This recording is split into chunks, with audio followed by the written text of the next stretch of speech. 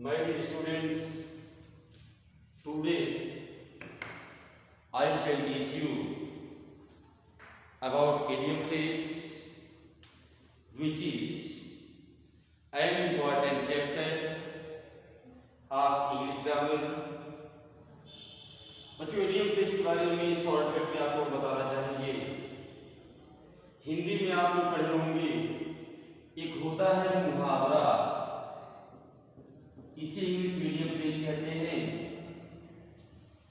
इसके लिए बहुत बड़े नियम की कोई आवश्यकता नहीं है,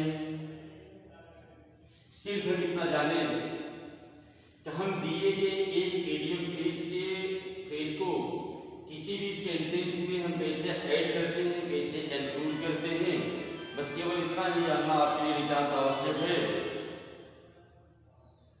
जैसे एक सेंटेंस में यहां लिखा all in all,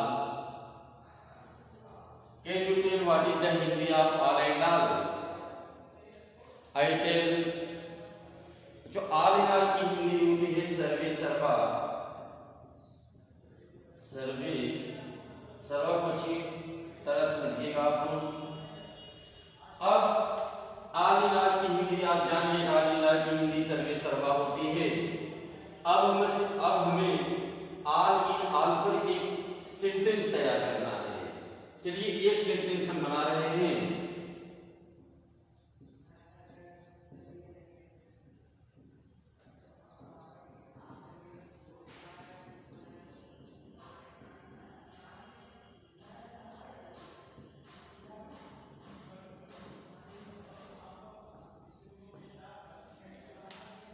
बच्चों, एक वाक्य में यहां लिखा कि Mr Agarwal is all in all to his family. इसका मतलब होगा कि मिस्टर अग्रवाल अपने परिवार, अपनी फैमिली के ऑल इन ऑल है, सर्वे सर्वा है। ये रिक्वायर नहीं है, it is not required that only such type of sentence Mr. Agarwal is all in all to his family is required for you, but also you can write any other sentence according to your personal knowledge or according to your personal practice, but there is only one that the sentence which will be made by you all in all should be adjourned in the middle of the sentence so that a correct meaning can be clear. चलिए हम इसी बात को इस ढंग से घुमा दे रहे हैं, ध्यान दीजिएगा। बच्चे हमने लिखा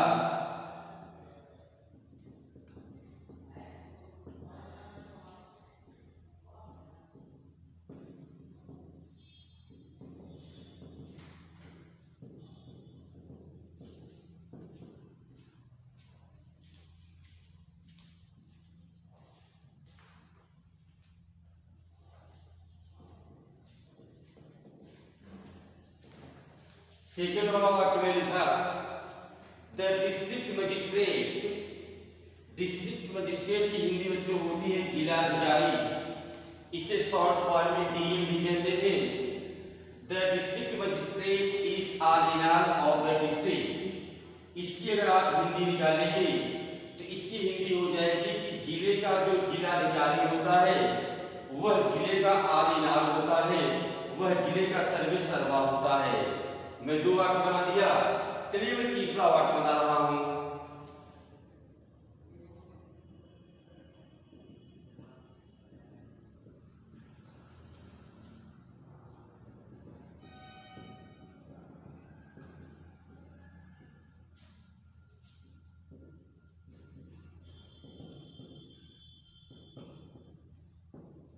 एक सेंटेंस में और लिखा मिस्टर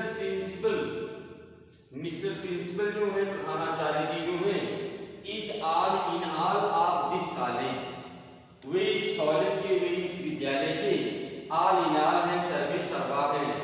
तो इस प्रकार से ये इडियम फ्रेज कहा जाता है। आपको शॉर्टकट में एक कोटेशन दे देगा और इसी कोटेशन पर एक सेंटेंस आपको प्रिपेयर करना होगा, और जो भी सेंटेंस आप प्रिपेयर करेंगे वह आपका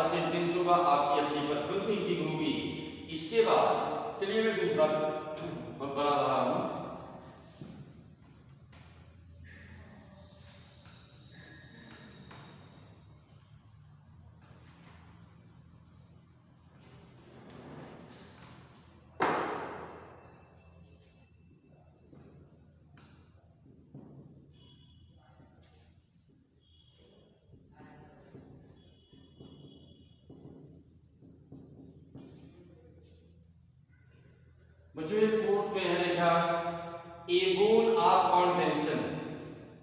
एबोन ऑफ कॉन्टेंशन की हिंदी होती है झगड़े की जड़। झगड़े की जड़।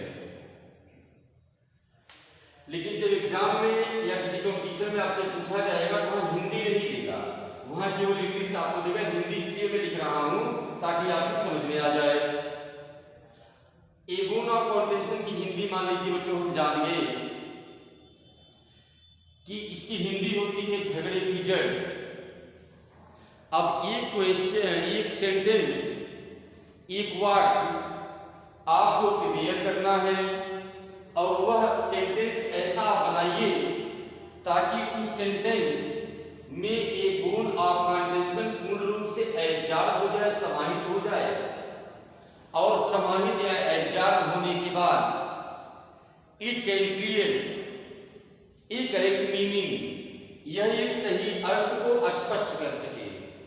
चलिए हम बना रहे, ध्यान दीजिएगा।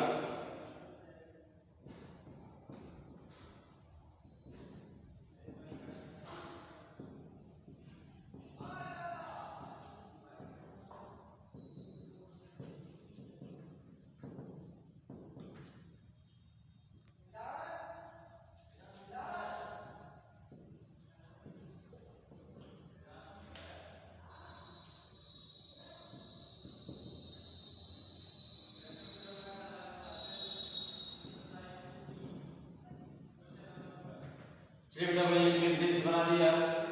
Kashmir is a bone of contention between India and Pakistan. Bharat और पाकिस्तान के बिटवीन में, भारत और पाकिस्तान के बीच में कश्मीर जो है यह क्या बच्चों एक बोन ऑफ कॉन्टेंशन है, झगड़े की जड़ है। एक सेंटेंस आपका बन गया। तो जैसे अगर मान लीजिए फर्ज कीजिए यही कोटेशन, यही स्टेटमेंट या यही सेंटेंस आपकी बुक में दिया है और एग्जाम में आप सीखते हैं, एग्जाम में आप बैठे हुए हैं और आपको ये पता है कि इसकी हिंदी क्या होती है, लेकिन ये सेंटेंस आपको रिमेंबर नहीं है, तब आप क्या करेंगे? तब आप अपने व्यक्तिगत, अपने पर्सनल टैलेंट की यूज करिए। चलिए इसी बात को इस प्रकार से घुमा दिए।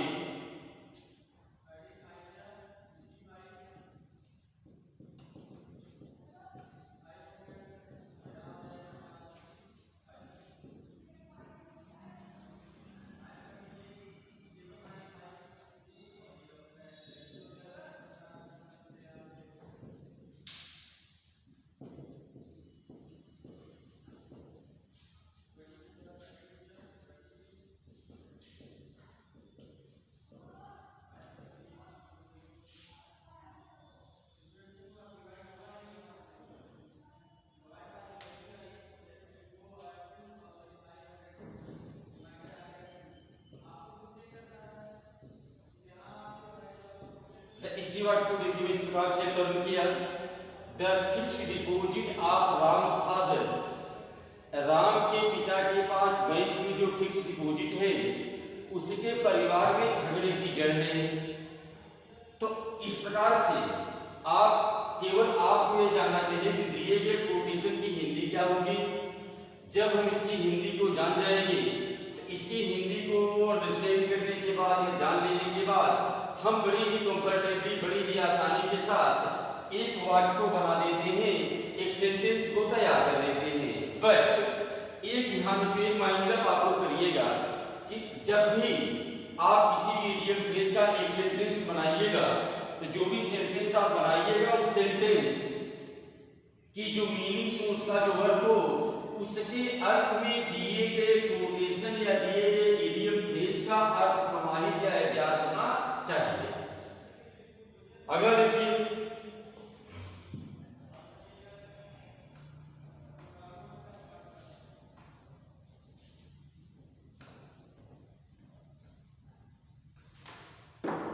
जैसे हमने यहां लिखा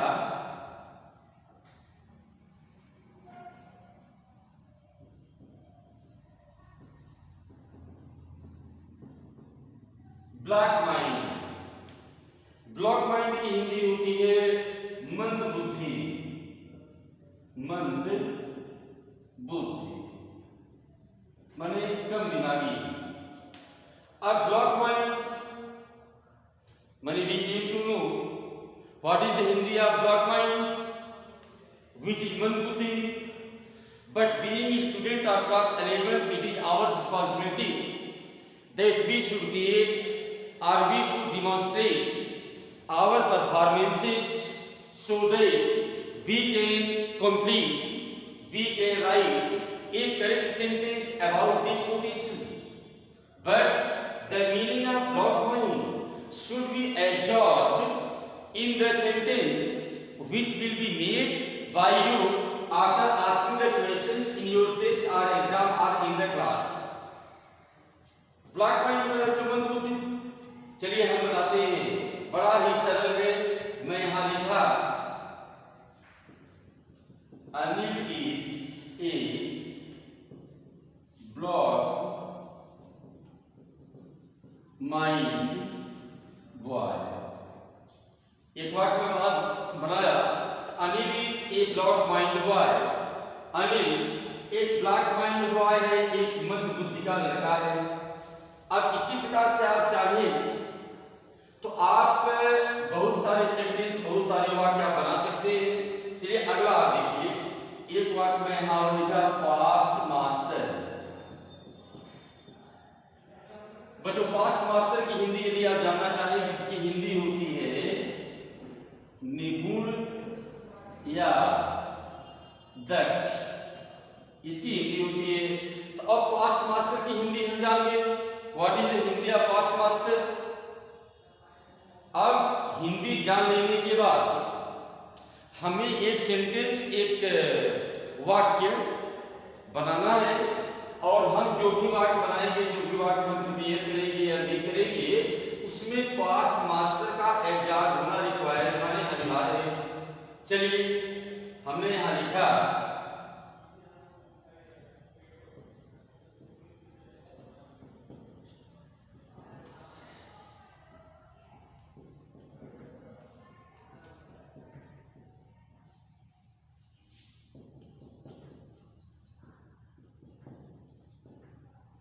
mister Mehrotra is, mister Mehrotra है क्या बच्चों, पास्ट मास्टर, निपुण है, दक्ष है, अच्छे काम कर रहे हैं, किस चीज में, अंग्रेजी में।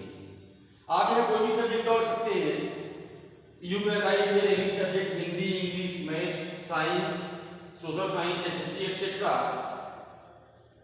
अब जरूरी नहीं है कि हमसे अगर ये क्वेश्चन या कोटेशन पूछा गया था mister Mehrotra is past master in English, यही डाले, नहीं, ये आवश्यक नहीं है।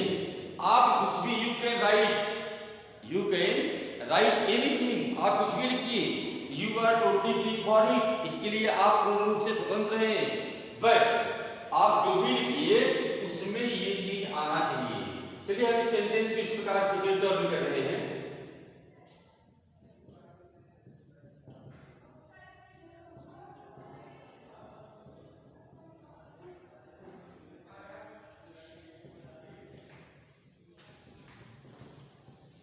मैं लिखा he is past master in driving, he is past master in driving, वह ड्राइविंग में पास्ट मास्टर है, पास्ट बने निपुण या दक्ष है। बेटा इंग्लिश में इस तरह से मैं जो भी आपको टीच किया, जो भी आप एडियम फ्रेज के बारे में पढ़ाया, तो एडियम फ्रेज के कोई ग्रामेटिकल रूल्स नहीं होता है, बस सिर्फ ये जानिएगा परीक्षा में हमसे कुछ मतलब ऐसे कोटेशंस देगा, कुछ कोटेशंस की हिंदी हम जान लें, और आफ्टर नोइंग अबाउट हिंदी जान लेने के बाद हम इस पर एक वाक्य बना दें। बच्चों यही एडियम फ्रेज होता है, इसे कहते हैं हम हिंदी में मुहावरा और इंग्लिश में इडियम फ्रेज। That's all.